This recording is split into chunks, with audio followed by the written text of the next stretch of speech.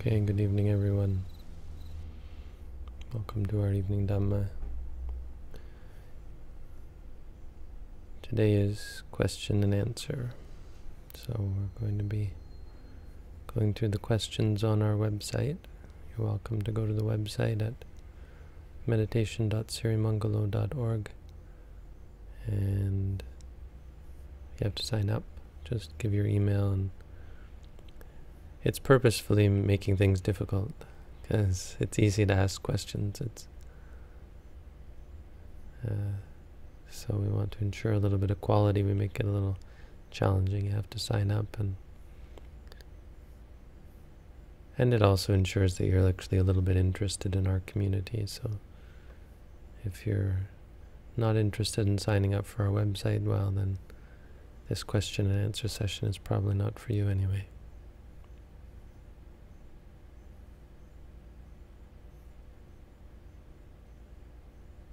Which is fine. I'm not trying to push anything on anybody. It's just trying to focus our efforts on what's most beneficial to our community. So, we'll get right into it, answering questions here.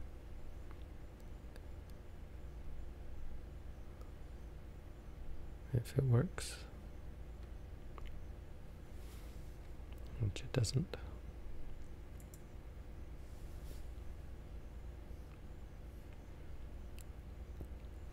I've got the questions up, I just can't do the whole clicking thing, so I'll just answer questions. I don't know what's wrong here.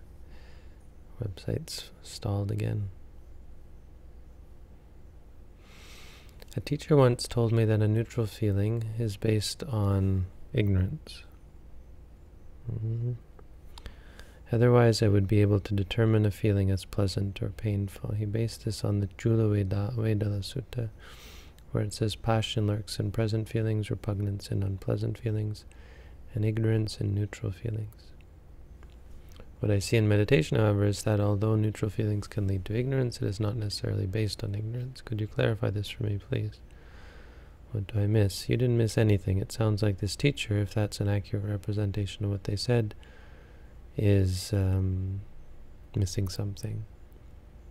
So, if you look at the Abhidhamma, a neutral feeling is, or I guess a neutral feeling you could say is most susceptible to delusion, or that's not even really fair. But the point is, it's not as common.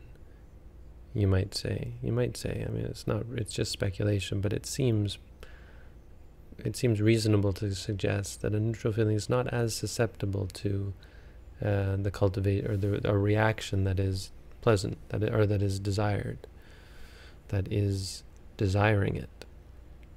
Right. So to have a neutral feeling give rise to desire is less common. It still happens. I mean, it happens all the time. If you're very calm, you can like it, and you can get attached to the feeling of a calm feeling.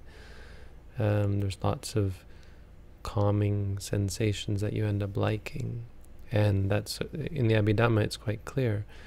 A feeling associated with, or a mind state associated with greed, can be either associated with a neutral feeling or a pleasant feeling. Meaning, when you like something, it's either neutral or it's happy, one or the other. So, it's clearly wrong according to the Abhidhamma, because it's quite clear about the association with between a neutral feeling and greed. And on the other hand, a neutral feeling can also be associated with a wholesome state. Wholesome states are either associated with a neutral feeling or a pleasant feeling. And then there's the fourth jhana, which is also associated with a neutral feeling. There's no pleasant feeling in the fourth jhana, and yet there's clearly no there's no delusion in the jhana states. So that's that. But as I say, neutral feelings are probably more likely to be associated with pure delusion, in the sense that you get views about them, and you have a neutral feeling, and it gives rise to view, it gives rise to doubt, it gives rise to worry or whatever, but it's less strongly associated with greed, I would say, and it's certainly not associated with anger. It's hard to get angry at a calm feeling, right? Something that makes you calm is not likely to give rise to anger as a result. So, I mean, there's a connection there, which is what the Vedala Sutta is, the Chula Vedala Sutta is saying. That's all it's saying. It's not saying that all neutral feelings are. That would be absurd, really absurd, because the jhanas especially are associated with calm feelings. I mean, meditation is associated with calm feelings. So your intuition and your experience, your conclusion based on your experience, is correct. Again, I can't do anything about these questions, answering them or anything. The whole website thing is frozen for me. That I can read them. Is it considered idle chatter to greet people, ask how they are doing and such? No. No, it's not considered idle chatter. There's a lot of talk that is functional and purposeful, right? Asking someone how they are is functional. At the very least, it's functional in the sense that it adheres to convention. I mean, if you look in the suttas, it's a very important part of a lot of the dialogues. The Buddha would meet someone and exchange pleasantries, is how it's often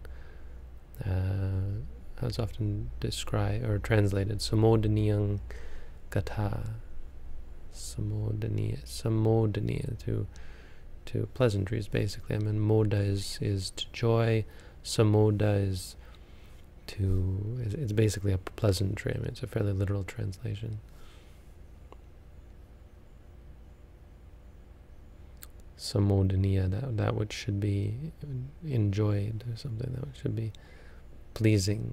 How are you? That kind of thing. Yeah, I mean, in where they actually spell it out, it's usually, are you holding up? Are you not being overwhelmed by pain? That kind of thing. And the response is, yes, I'm holding up. I'm not dying or anything.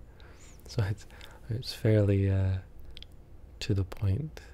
Not very flowery or even all that pleasant. When the monks, because they're very serious about what they do and they're trying very hard not to allow their minds to get caught up in attachment. But no, idle chatter is something that is directed to no purpose. So after or apart from exchanging pleasantries, which have a functional purpose and also a purpose of creating friendship and that kind of thing, right? Expressing friendship, expressing friendliness. But then if you start to talk about what is the topic of your conversation, if the topic of the conversation is each other's health and well-being and so on, that's positive. But if it's the weather, or if it's politics, that kind of thing, generally considered idle chatter.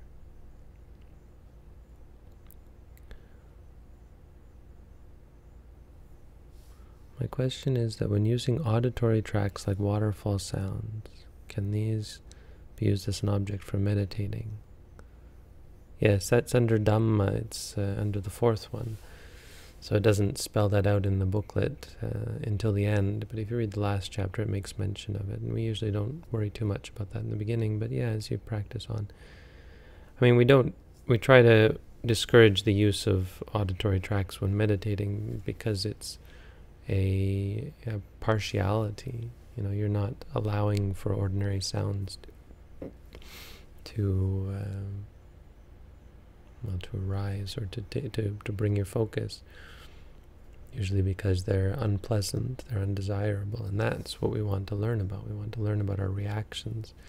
If you're trying to control which sounds you hear by playing only pleasant sounds, you're never going to really understand how the mind reacts to negative things. Is Ajahn Tong's method different from others in Mahasi tradition? There's some technical differences, I would say. Some of them are, there'll be arguments. So this teacher will say this, that teacher will say that. I think there are some fair size differences, I would say, in regards to especially the touching.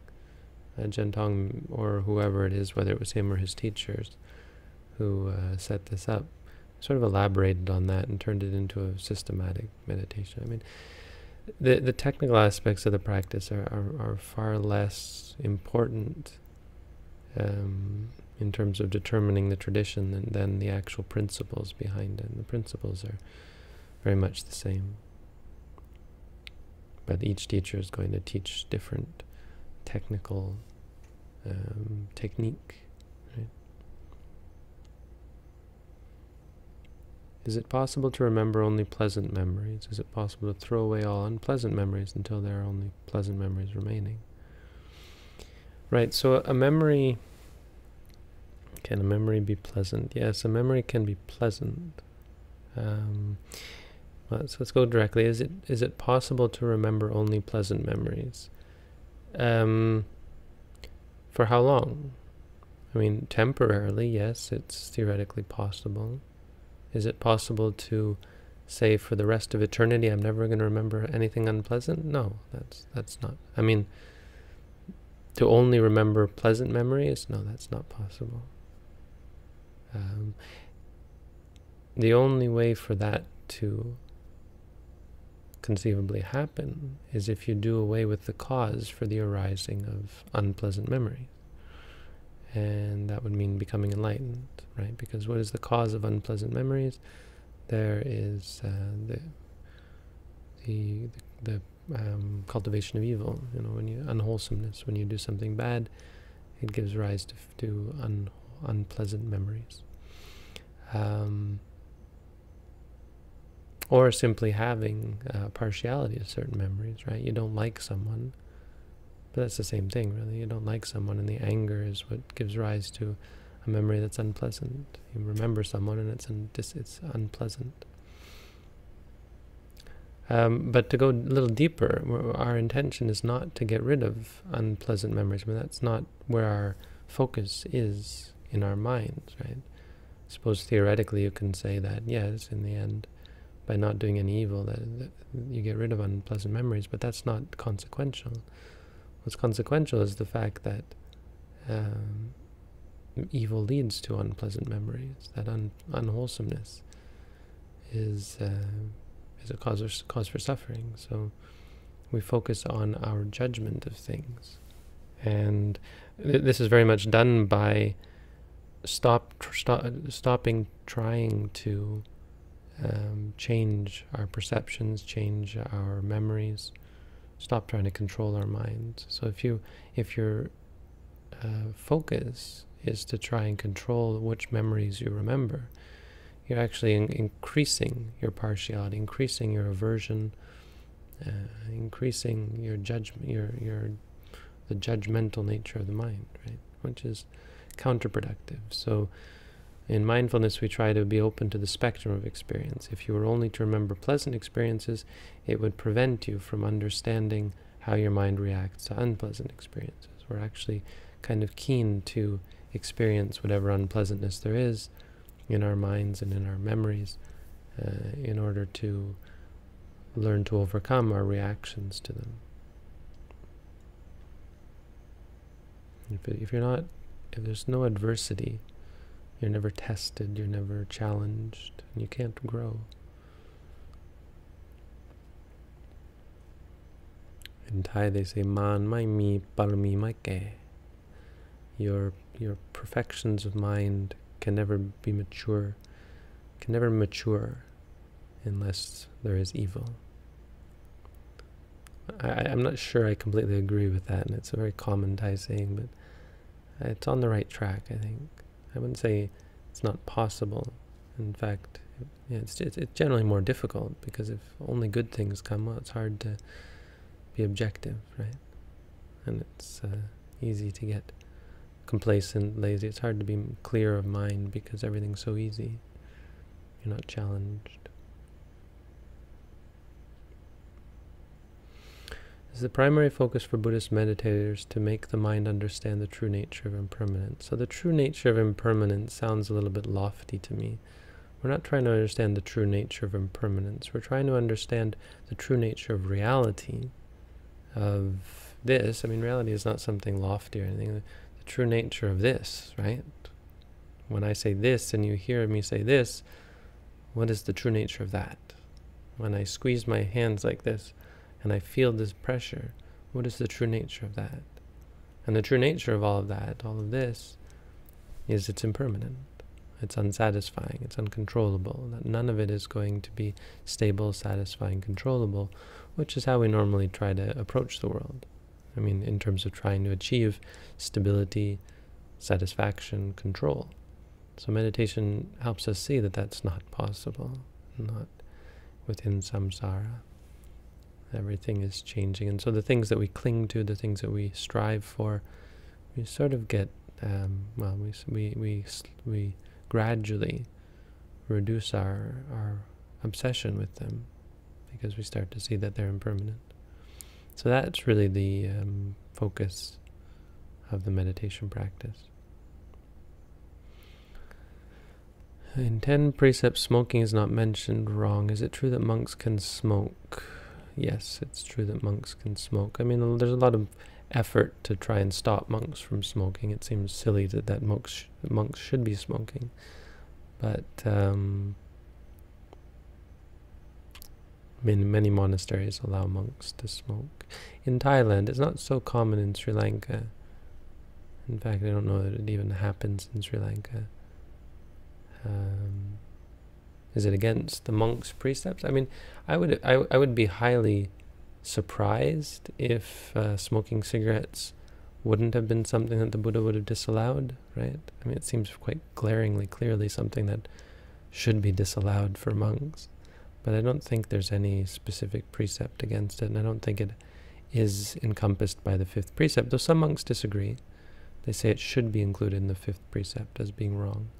If you take a vow for the 5th precept, you shouldn't smoke cigarettes, basically. I think that might be going a little too far, but I understand the line of thinking.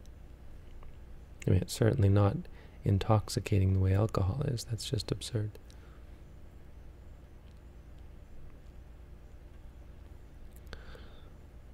Okay, afraid of brainwashing myself because of changing the way I'm used to perceiving the senses.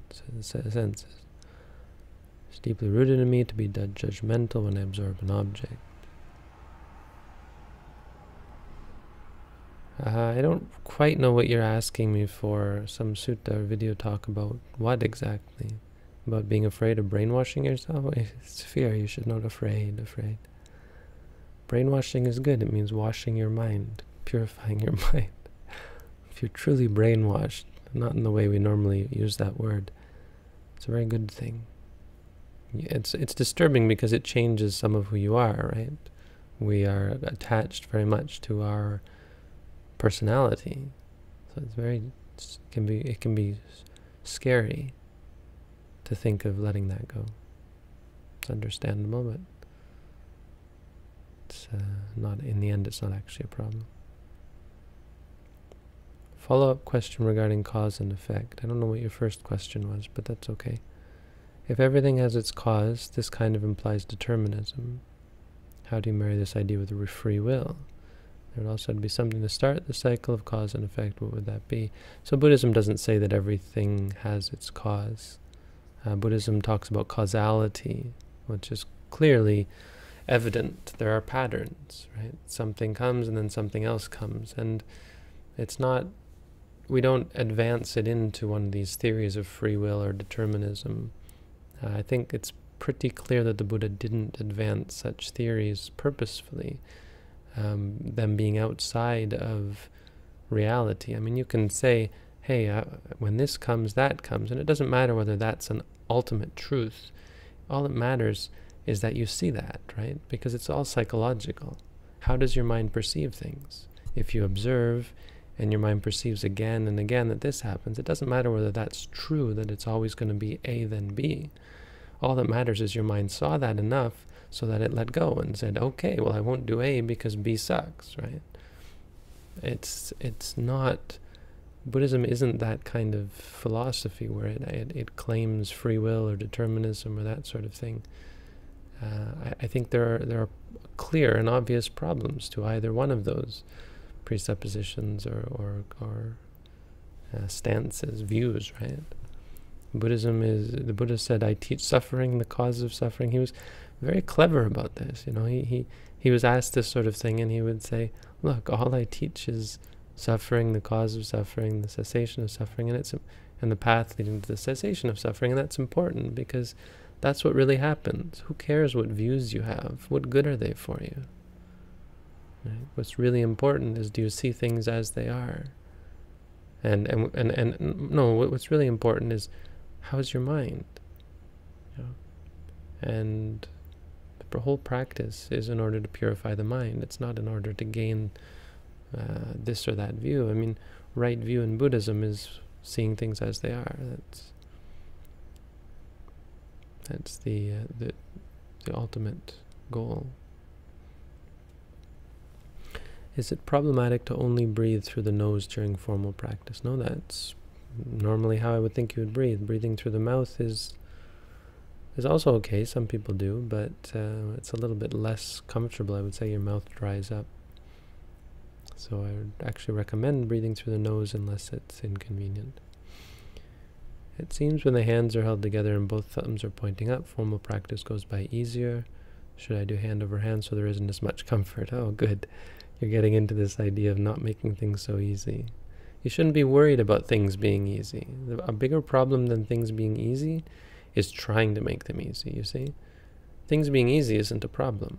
Trying to make things easy and worrying with it, finding tricks of making things easier is problematic.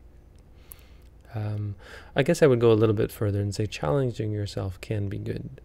So you don't want things, you don't want to be lazy, but that's more about doing more meditation. It's nothing to do with the hands. In the long term, you'll see that doesn't actually make things easier. It's a temporary effect that it's going to make things easy. I currently can only do lying meditation due to medical condition. I was wondering, are the benefits from using the lion's pose? The main benefit is that it keeps you from falling asleep. It's, I would say, a strong position. It's not easy to stay for a long time, but you're fairly strong. You're not easily going to fall asleep. There's also someone who was saying by sitting lying on your right side, you're not lying on the heart. And he was trying to explain to me the different postures. This Thai monk, that was quite interesting. If you're lying on the heart, it somehow makes you too hot inside. I think that's what he was saying. I think he actually tied it in with lust or something like that. But it's interesting that the Buddha would lie on the right side. It may have had something to do with the heart being on the left side. But I wouldn't deeply think into that. Much more important is the state of your mind. Noting aloud during formal walking meditation has helped me. Is there a downside to this? Else I can continue to use this, at least intermittently, for some more time in my walking meditation. So here's an example of what not to do, I would say, because help you in what way? Made it easier? So there you go. You're trying to make things easier. Why? What's wrong that you're trying to make things easier? And the answer to that question will be what you should be mindful of. It's the difficult things that we really need to be mindful of. They're where the greatest benefit comes from.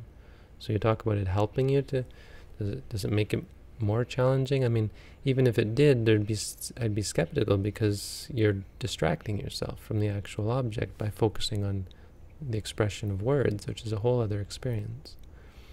The words in the mind are able to be with the object. The words at the mouth, it may keep your focus better, but only because you're juggling, you're having to speak and move at the same time. And that's it. That's all the questions. Not so many. That's maybe a good sign. Maybe everyone's doing such meditation that they started to realize there are no questions that my meditation won't answer for me. It's not always true, but I do appreciate the questions and some really good ones this week. So I hope my answers were okay, not too short. That didn't take too long. I guess that's all for tonight then. Have a good night.